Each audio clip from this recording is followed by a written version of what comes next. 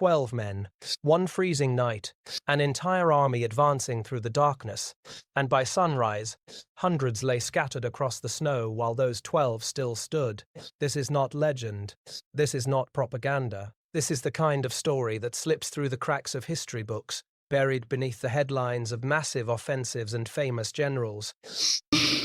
On a forgotten stretch of forested high ground during the chaos of the World War II, 12 exhausted soldiers were ordered to hold a crossroads that most commanders considered already lost. Their ammunition was limited. Their radio barely worked. Reinforcements were miles away. Yet what happened that night would delay an entire armored column and alter the tempo of a regional offensive. The men were not elite commandos. They were not decorated heroes, at least not yet. They were cold, hungry infantrymen who understood one brutal truth. If they failed, thousands behind them would be trapped. What makes this story even more astonishing is that their stand was barely recorded. No grand monuments were built. No blockbuster films were made. But survivors on both sides would later describe that night as something unreal, like fighting ghosts who refused to die. And as the first artillery shell screamed overhead, and the forest lit up in flashes of orange fire, those 12 soldiers made a silent decision that would define the rest of their lives. They would not retreat. The crossroads they were assigned to defend did not look important on any ordinary map. It was a narrow intersection where a dirt supply road met a partially frozen rural highway cutting through thick woodland. Yet in wartime logistics, such locations become lifelines.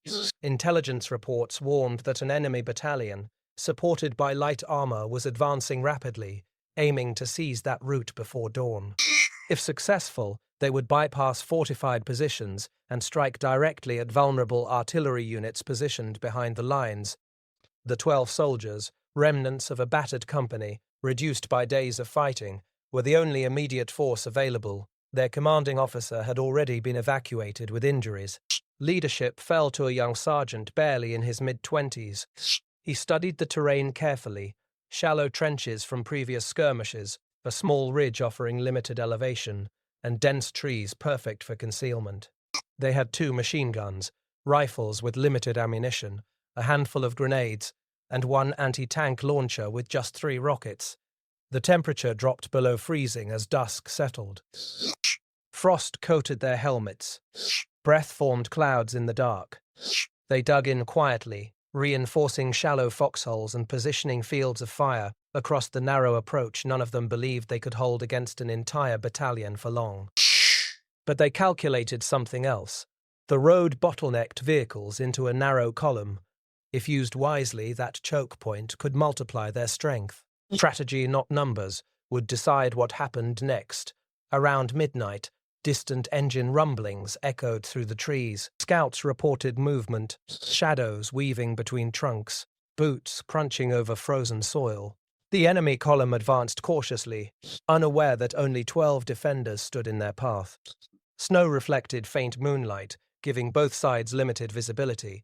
The sergeant ordered absolute silence. Fingers rested on triggers. Safety catches were eased forward with slow, deliberate clicks. The plan was simple. Allow the lead vehicles to enter the kill zone before opening fire. Minutes felt like hours as silhouettes grew clearer. A light armored vehicle rolled forward first, followed by infantry spreading along the roadside. The defenders waited until the vehicle reached the narrowest part of the road. Then the first rocket fired. It streaked across the darkness and struck the armor's front plate. The explosion shattered the stillness of the night. Flames burst upward, illuminating the forest in violent orange light. Instantly, both machine guns opened up, cutting through the stunned infantry. Chaos erupted. Enemy soldiers scrambled for cover, unsure how many defenders they faced. The confined road worked exactly as the sergeant predicted. Vehicles behind the burning wreck could not advance. Radio confusion spread among the attackers. For a brief, critical moment, 12 soldiers had created the illusion of a much larger defensive force, but the enemy quickly regrouped. Mortar rounds began to fall, shaking the earth and showering frozen dirt over the defenders' positions. The real battle had begun. Mortars exploded in rapid succession, splintering trees and collapsing shallow trenches. One defender was wounded almost immediately, shrapnel tearing into his shoulder, yet he refused evacuation, binding the wound and returning to his rifle. The sergeant shifted positions constantly, shouting short commands over the roar of gunfire. Ammunition had to be conserved. Every burst needed purpose. The defenders targeted officers, radio operators, and any soldier attempting to flank through the trees. Darkness became both ally and enemy. Muzzle flashes revealed positions, but also disoriented attackers. Snow mixed with smoke, reducing visibility further. The second rocket launcher shot disabled another vehicle attempting to push through the wreckage. Flames intensified, casting monstrous shadows across the forest. Enemy infantry tried advancing in waves, but each approach funneled into overlapping fields of fire from the two machine guns. Still, numbers began to tell. Ammunition crates emptied rapidly. The third and final rocket was held in reserve. Hours dragged forward. Cold crept into bones. Fear hovered constantly, yet none spoke of retreat. Behind them lay artillery crews and medical stations unaware of the danger racing toward them. If this crossroads fell, the consequences would cascade. So the 12 adjusted tactics, pulling slightly back to secondary positions to create the impression of depth. To the attackers, it felt like they were fighting layers of hidden defenders rather than a handful of exhausted men. By 3 a.m., the enemy commander committed heavier forces. Additional troops maneuvered through the woods, attempting encirclement. The sergeant finally fired the last anti-tank rocket at a third vehicle pushing aggressively through the blockage. The blast flipped it partially sideways, sealing the road entirely. What had been a route of advance became a fiery barricade. Now the attackers faced a dilemma: clear the wreckage under fire or withdraw and seek alternate routes, losing precious time. The defenders, running dangerously low on ammunition, switched to single-shot discipline. Every bullet counted. Grenades were saved for close quarters. As enemy troops crept closer, the forest erupted in brutal short-range exchanges. Shouts echoed in multiple languages. Shout! One defender was killed defending the left flank. Shout! But his position held long enough for others to reinforce. The psychological impact on the attackers deepened. Reports circulated that they had encountered a reinforced defensive platoon, possibly more. In reality, only 11 remained capable of fighting, yet the illusion persisted. Exhaustion blurred senses, but determination sharpened focus. The 12, now 11, understood dawn was approaching. If they could hold just a little longer, daylight might expose enemy movements and buy additional time. Every minute became a victory. Every delay reshaped the larger battle unfolding miles away. As pale light began filtering through shattered treetops, the scale of destruction became visible. Burned vehicles blocked the road. Bodies lay scattered across snow, darkened by soot. The attackers, having suffered unexpected losses, hesitated. Their timetable was broken. Communication delays rippled up their chain of command.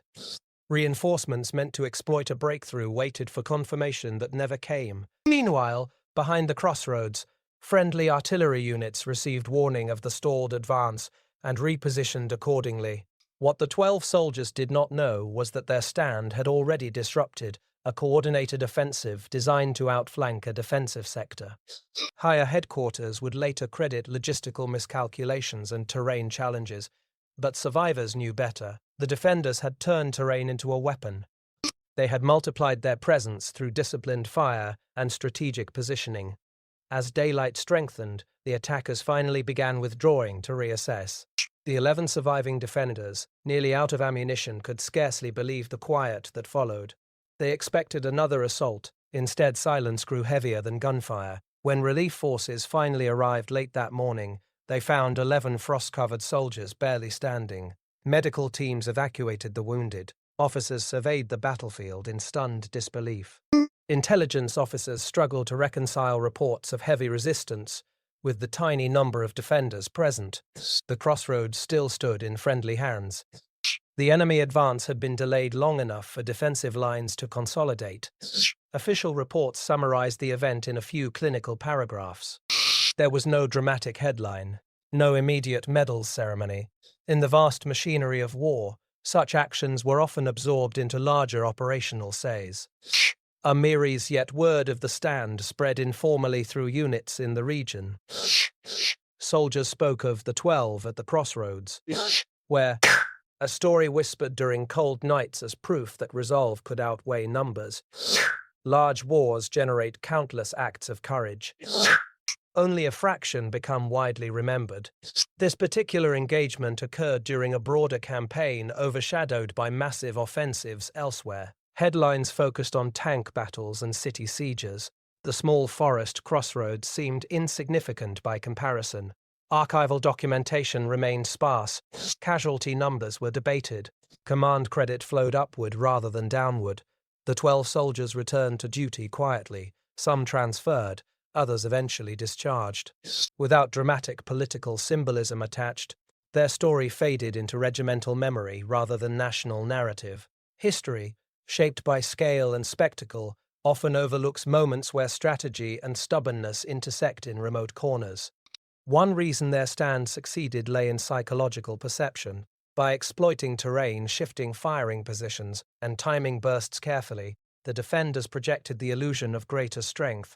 The attackers, constrained by darkness and confusion, overestimated defensive numbers. This miscalculation slowed aggression and introduced hesitation. In combat, uncertainty can be as powerful as firepower.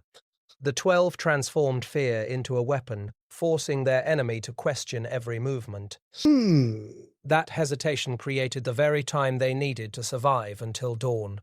The young sergeant's calm command proved decisive. Without formal briefings or elaborate plans, he relied on observation and instinct.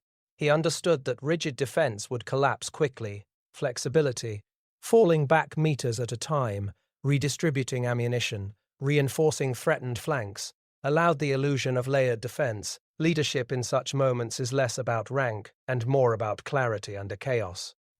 His refusal to panic anchored the group psychologically. Victory carried weight. One of the 12 never rose from his position. Several carried wounds for life. Frostbite and trauma left lasting scars. Survival did not erase memory. For years afterwards, some avoided speaking of that night. Others replayed it endlessly in silence. War stories often focus on glory, but endurance leaves deeper marks.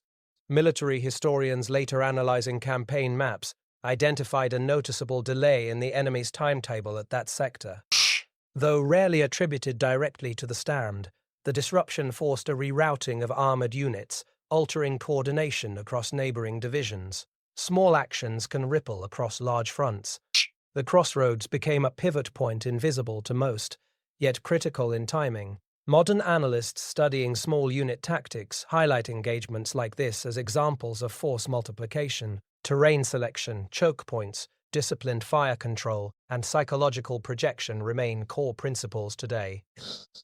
Technology evolves, but fundamentals endure. 12 determined defenders leveraged environment and timing to counter numerical superiority. Among veterans of that campaign, the story endured privately. Reunions decades later revived details: who fired first, who cracked a nervous joke, who refused evacuation. Such memories form the true archive of war, lived experience passed between survivors rather than printed in textbooks. History may not engrave every name in stone, but courage leaves echoes far beyond monuments. The night 12 soldiers held an army reminds us that wars are not won only by massive divisions or famous generals. They are shaped by small groups who refuse to yield when retreat seems inevitable. If stories like this matter to you, stories hidden between the lines of official history, then this channel is where they live again. Subscribe to Soldier's Story, like this video, and share it with someone WWII believes courage deserves to be remembered, because the next forgotten battle might change the way you see history forever.